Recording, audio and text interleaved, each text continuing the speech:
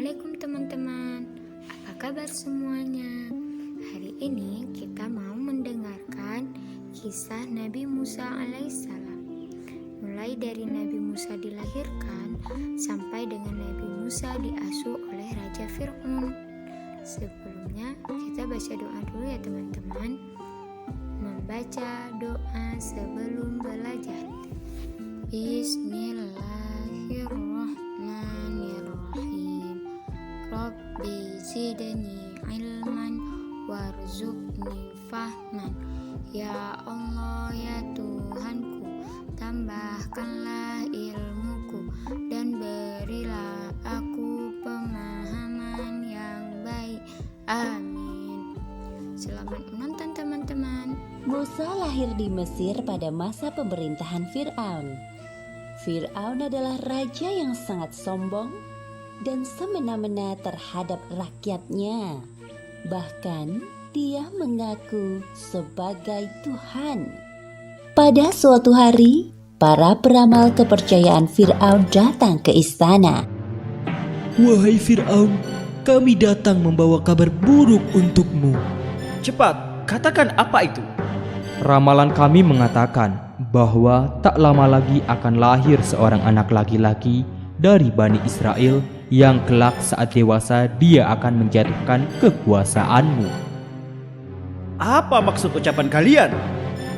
Kami melihat hal buruk menimpamu di masa akan datang.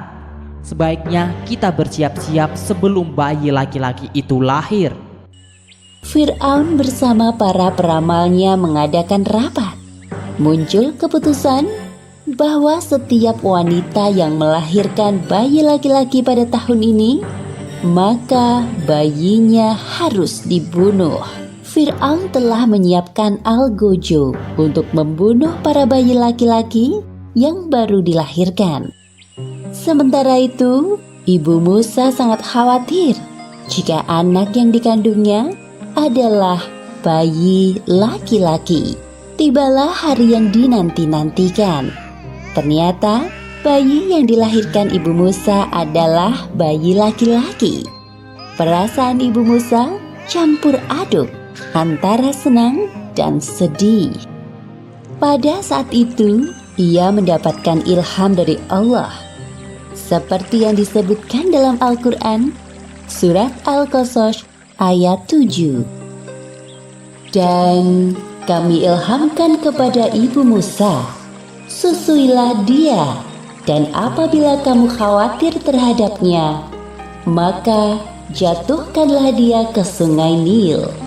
Dan janganlah kamu khawatir, dan janganlah pula bersedih hati, karena sesungguhnya kami akan mengembalikannya kepadamu dan menjadikannya salah seorang dari para rasul.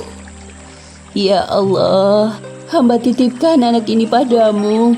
Hamba mohon, jaga dan lindungi dia. Ibu Musa menyuruh kakak perempuan Musa untuk mengikuti kemana arah peti itu berlabuh. Ternyata peti itu sampai ke istana kerajaan Fir'aun dan ditemukan oleh istri Fir'aun. Wahai bayi laki-laki yang tampan, telah lama sekali aku menginginkan kehadiran seorang putra, dan sekarang kau hadir di hadapanku. Asia sangat senang dan membawa bayi Musa ke hadapan suaminya. Wahai suamiku tersayang, lihatlah apa yang aku bawa. Bayi siapa itu?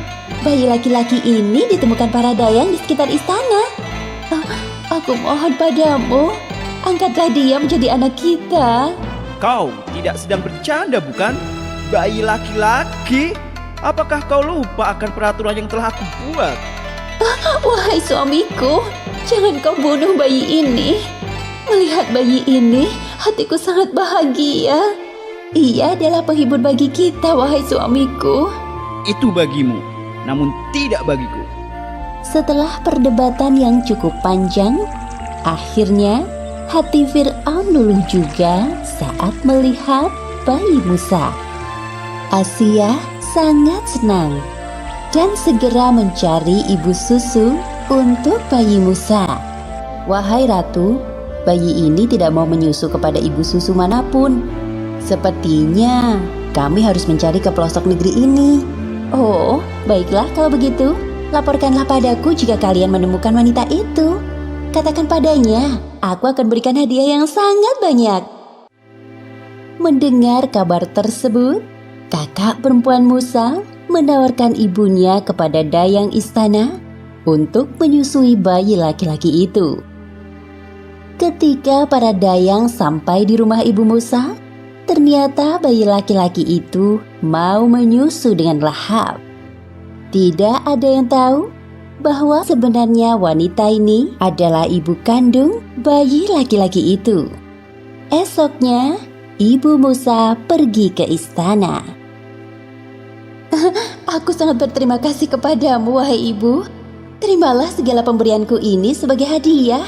Dan aku mohon padamu, tinggallah di istana ini selama masa menyusui Musa. Wahai ratu, maaf sekali, saya tidak bisa tinggal di istana ini karena ada keluarga yang membutuhkan saya di rumah. Jika diperbolehkan, biarkan bayi ini saya bawa sampai masa persusuan berakhir. Oh, baiklah kalau begitu, tidak ada pilihan lain. Ibu Musa meninggalkan istana bersama bayi Musa dengan perasaan bahagia. Setelah masa menyusui Musa berakhir, ibu Musa menyerahkan Musa kecil ke tengah-tengah keluarga Fir'aun. Wahai suamiku, lihatlah Musa. Lucu sekali dia. Tidakkah kau ingin menggendongnya? Bawa kemari anak itu. Fir'aun menggendong Musa kecil di pelukannya. Lalu Musa menarik jenggot Fir'aun sampai tercabut dan berdarah. Seketika itu Fir'aun melepaskan Musa dari pelukannya. Dasar anak nakal. Aku yakin anak ini yang akan menjatuhkan kekuasaanku kelak.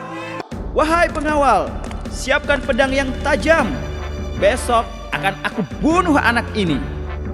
Asia berpikir bagaimana cara agar suaminya tidak jadi membunuh Musa. Kemudian Asia mendapatkan sebuah ide. Asia menyiapkan sepiring roti dan bara api. Lalu dia menyuruh Musa memilih salah satu di antara keduanya. Ternyata Musa kecil memasukkan bara api ke dalam mulutnya. Sontak Musa pun kepanasan dan lidahnya terbakar.